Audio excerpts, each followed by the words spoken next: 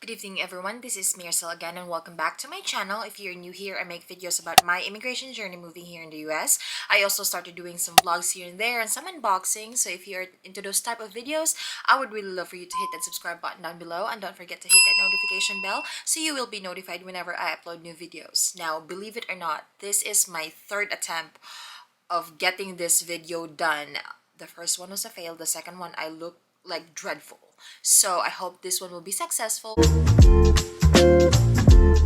So for tonight's video, I will be sharing to you what are the documents that I had submitted to the NVC for my father's I-130 petition. I will be sharing to you the documents that I submitted as a sponsor and the documents that my dad had submitted, but to be honest with you, I uploaded everything on his behalf. So I will be sharing to you what are the documents as the applicant that I had to submit for my father.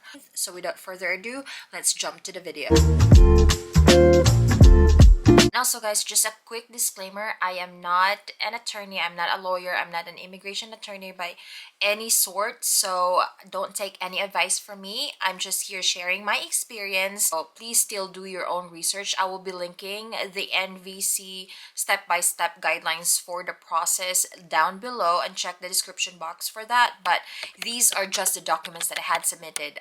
To give you a background, I am originally from the Philippines. I'm petitioning my father, which he is in the Philippines right now. I know there are some viewers for my other videos. There are from Pakistan, some other countries around the world. So please also take note that these documents that I had submitted applies to the residents in the Philippines. Go to the website and check what are the documents that you had to submit whichever country you are at or the person that you're petitioning at.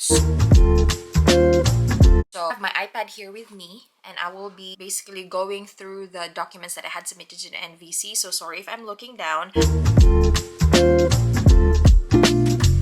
The very first one and the very most important document that you have to complete is the form I-864, which is the Affidavit of Support. It comes in 10 pages and I would suggest to print it out and fill it up yourself. Do not do it electronically. I have heard some cases that the USCIS will not accept electronic signatures. So with my case, I printed it out and I uploaded and scanned each and every single document. And how I did it is I used the app called Scannable. I will be linking it down below. I just used my phone and scanned every single document that the I-864 consists. So please also make sure, even if one page does not apply to you or you did not write anything, please still scan that. There's 10 pages. Page 1, name that document as page 1 and so on up to 10. So you will have an idea of what are the documents or what are the pages that you have already uploaded. So please also make sure to save it as PDF, JPEG, or PNG. I think those are the only type of documents that they're accepting, and they're very strict when it comes to how big the file would be. So 2 megabytes is the highest you could go. So with my case, I think it went under that. Check the description box below and download the Scannable. This is not sponsored or whatsoever. I'm not paid to talk about Scannable. So just a quick disclaimer. And also the second document that I had submitted is my federal income tax for both 2020 and 2019. I also submitted the ones for 2018, though they did not ask for it, but I already have that file saved up, so I just went ahead and uploaded that. Also, one thing about NVC is they're not going to complain that you overly submitted some extra supporting documents. They much rather prefer that than you lacking of documents, and that would make a delay or that would cause delay in your petition. So what I'm trying to say is it's okay for you to submit extra documents as a supporting documents, but please make sure that the main requirements are being submitted rather than submitting something that's not really necessary. So with my case, since I already have my federal income tax saved up for 2018, 19, and 20, I just uploaded all of those. Alongside with my federal income transcript, I also submitted my W-2 form, which I think in the Philippines it's equivalent to like an income form. Like basically, I'm not sure if you're familiar with that, but it's a form that would show how much income you made in a year, how much taxes you paid, and all that kind of stuff. So I'm not sure with other countries if they have W-2 form, but with my case, I had to submit that just to verify that I make enough money, or I have enough income to support my father in this petition, because the United States of America does not want to bring in burden to the country and just asking for financial support from the government. That's the last thing that they would, want. Now, if there are some cases that, if you're a housewife and you're taking care of kids, so you can ask your partner or someone else that could apply for affidavit of support on your behalf. If you are,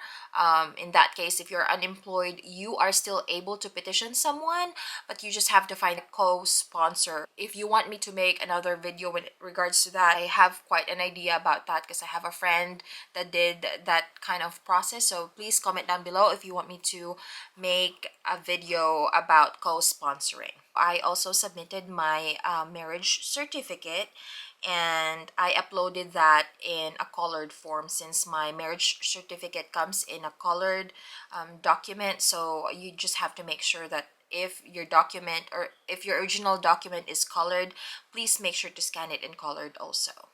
For my proof of domicile, I submitted basically a voter's ID or a voter's form. The state will send you that for you to vote. So in my case, I was able to be sent one. So that's my proof of domicile. I will be inserting a picture right here, so you will have an idea what would that. And I will be also listing some other documents as a proof of domicile that you can submit. And the next two documents are very, very important. One is the proof of naturalization. In my case, I was not born here in the U.S., so I went through the process of getting a working visa and a green card and being naturalized. So the proof of naturalization is one of the most important documents that you have to submit to the NVC. Basically, you will not be eligible to send in a petition to your parents if you are not a U.S. citizen. So it's very, very important for you to submit this document. And then my PSA Birth Certificate. So that one also is very important. I had to ask someone for help to get my PSA Birth Certificate, since when I moved here, I just had my NSO, but we got it sorted out. Thank you, Ate Shobi, if you're watching. Thank you so much for your help. Please make sure you are going to submit your PSA Birth Certificate. No, I think it comes in 2 pages, so page 1 and 2. And here are the list right here. I will also be putting the list down in the description box. These are the following documents that I had submitted on behalf of my father. There are also some viewers that ask if it's okay for you to will be the one uploading the civil documents in behalf of the person that you're petitioning to, and it's very okay for you to do so.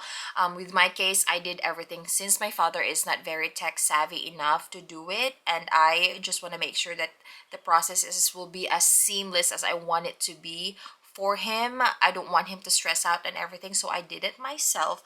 And so here are the documents that I had submitted for my father's civil documents. First one is the copy of his passport. The biographic page of his passport, I scanned it in colored form, and please make sure that your passport is not expired or will not be expiring in the next 6 months. So that's the very main thing that you have to ensure.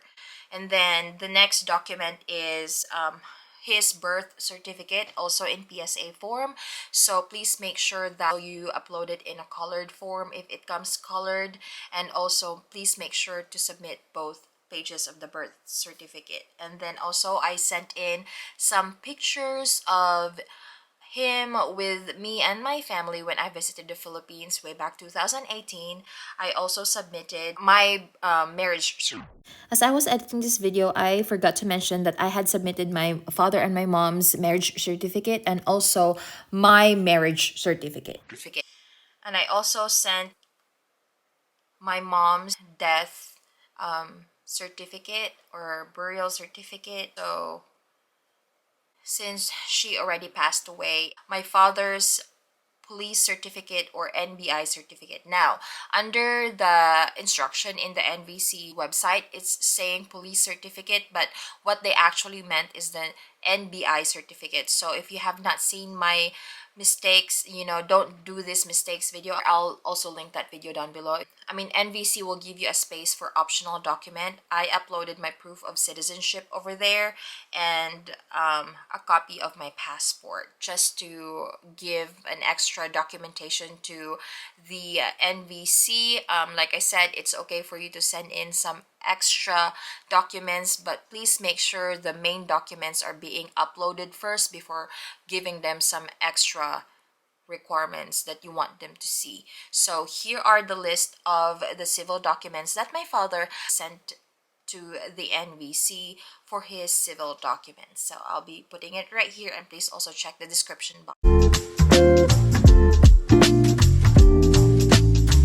My father's I-130 visa interview will be on May 17th, and his medical appointment at St. Luke's is on May 5th. I know that's a time crunch right there. I was told that some other cases, they got the results after 2 weeks, or some said they got the results after 2 days, or there are even some that told me that they got it the same day. So please let me know if you have any experience on getting a medical test done at St. Luke's, and let me know how long it took you or it took the person that you know for the results. And I'm just very, very excited for this. It's a very long journey, but it's paying off right now, and I'm very jumpy thinking about it. I'm so excited, and I will still be sharing to you this journey.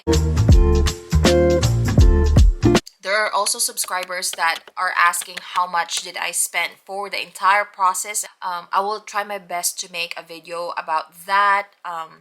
It's definitely not cheap, but if that's something that could bring your family here in the US, I don't think you would mind spending that, especially if, we're talking about immigration, because you know how hard it is to get into this country. Thank you so much for watching today's video. If you haven't subscribed already, I would love for you to hit that subscribe button down below and hit that notification bell so you will be notified whenever I upload new videos just like this. Until next time, peace.